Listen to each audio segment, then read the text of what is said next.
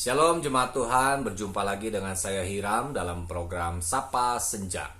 Dan sore hari ini saya berdoa agar semua jemaat Tuhan SLCC dipelihara, diberikan penyertaan, perlindungan, pertolongan, dan berkat Tuhan bagi kita semua.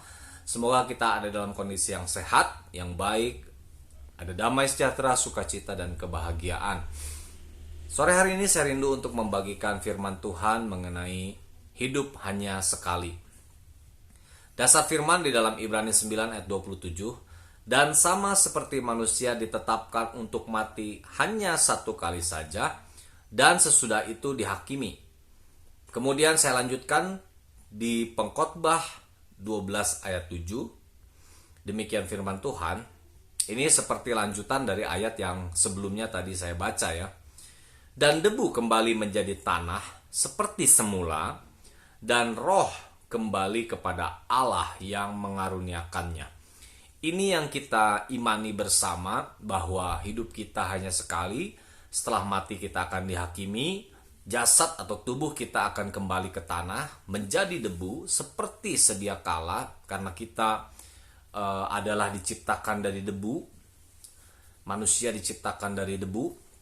Dan kemudian roh kita itu yang kekal, yang akan kembali kepada Allah, Sang Pencipta kita, yang mengaruniakannya kepada kita.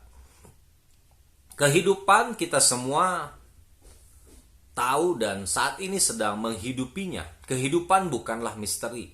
Kehidupan adalah real, nyata yang saat ini kita jalani. Tetapi kematian adalah sebuah misteri bagi kita. Dan kalau setelah mati kita akan dihakimi, dan setelah mati kita akan memasuki kehidupan yang selama-lamanya, seperti itu dikatakan, yang kekal. Oleh karena itu kita harus menjalani kehidupan ini dengan sebaik-baiknya. Kita harus menjalani hidup ini yang hanya satu kali ini dengan maksimal. Sama seperti kita akan menghadapi ujian waktu kita sekolah, kita menghadapi ujian akhir waktu kita kuliah, kita menghadapi mungkin interview dalam kita melamar pekerjaan.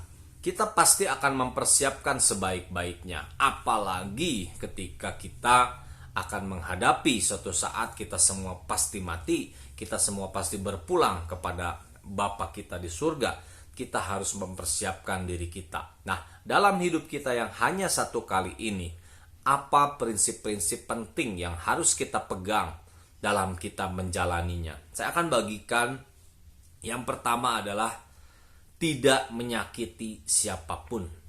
Ya, ini dari kita tidak boleh menyakiti siapapun.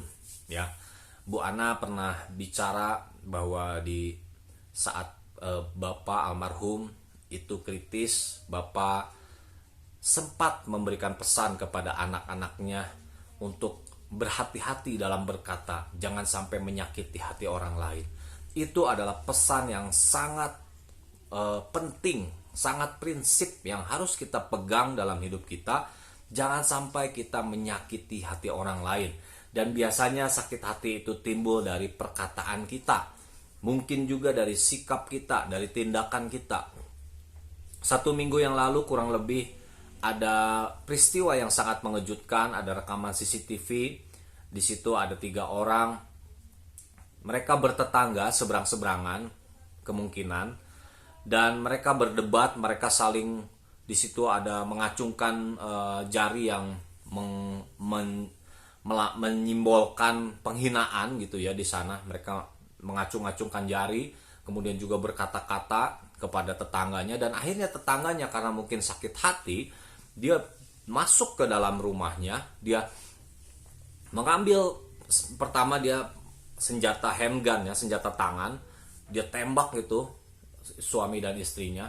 Kemudian setelah itu dia belum selesai, dia kembali lagi ke rumahnya, dia mengambil senjata laras panjang dan dia menembaki lagi 2 suami istri itu.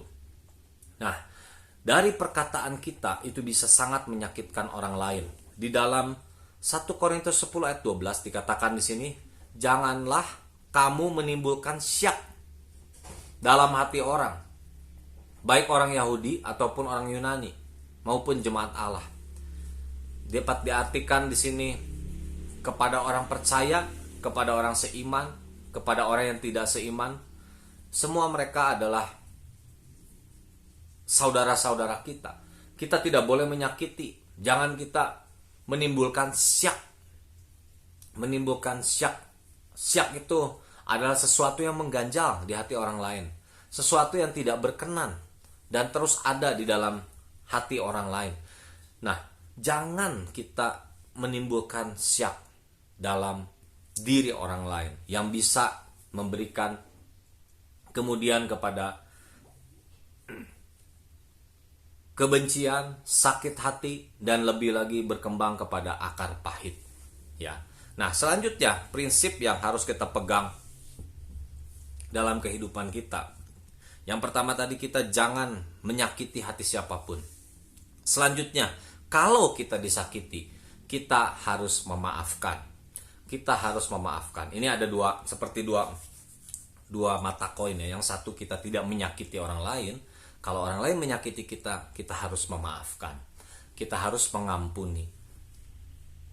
Petrus berkata kepada Yesus di dalam Matius 18 ayat 21 dan 22, "Tuhan, sampai berapa kali aku harus mengampuni saudaraku jika ia berbuat dosa terhadap aku? Sampai 7 kali?" Yesus berkata kepadanya, "Bukan, aku berkata kepadamu, bukan sampai 7 kali, melainkan sampai 70 kali 7 kali." Nah, dari firman ini saya percaya bahwa memaafkan itu harus berulang-ulang. Ketika kita mengingatnya, kita memaafkan lagi, mengingatkan lagi. Dengan kuasa Roh Kudus yang Tuhan anugerahkan bagi kita, saya sangat yakin kita berserah, kita minta pertolongan, kekuatan, maka kita sanggup mengampuni orang yang bersalah kepada kita. Sampai apa? Sampai tidak ada lagi kemarahan, sampai tidak ada lagi kebencian, bahkan sampai tidak ada lagi yang tadi dikatakan syak di dalam diri kita.